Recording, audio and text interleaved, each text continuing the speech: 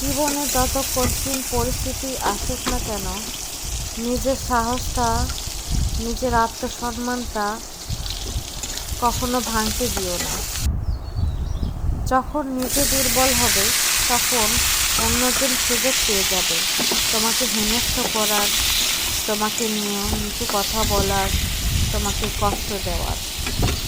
তাই নিজের আত্মসম্মান রক্ষা করার জন্য নিজের সাহসটা থাকা, নিজের প্রতি ভরসা রাখা খুবই জরুরি।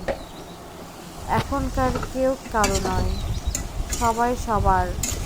তাই সবারটাই চিন্তা করতে হবে। কখনো অন্যেরটা চিন্তা করে ভালো হতে পারবে না তাদের কাছে, যারা তোমাকে সবসময় নিচু বানিয়েছে।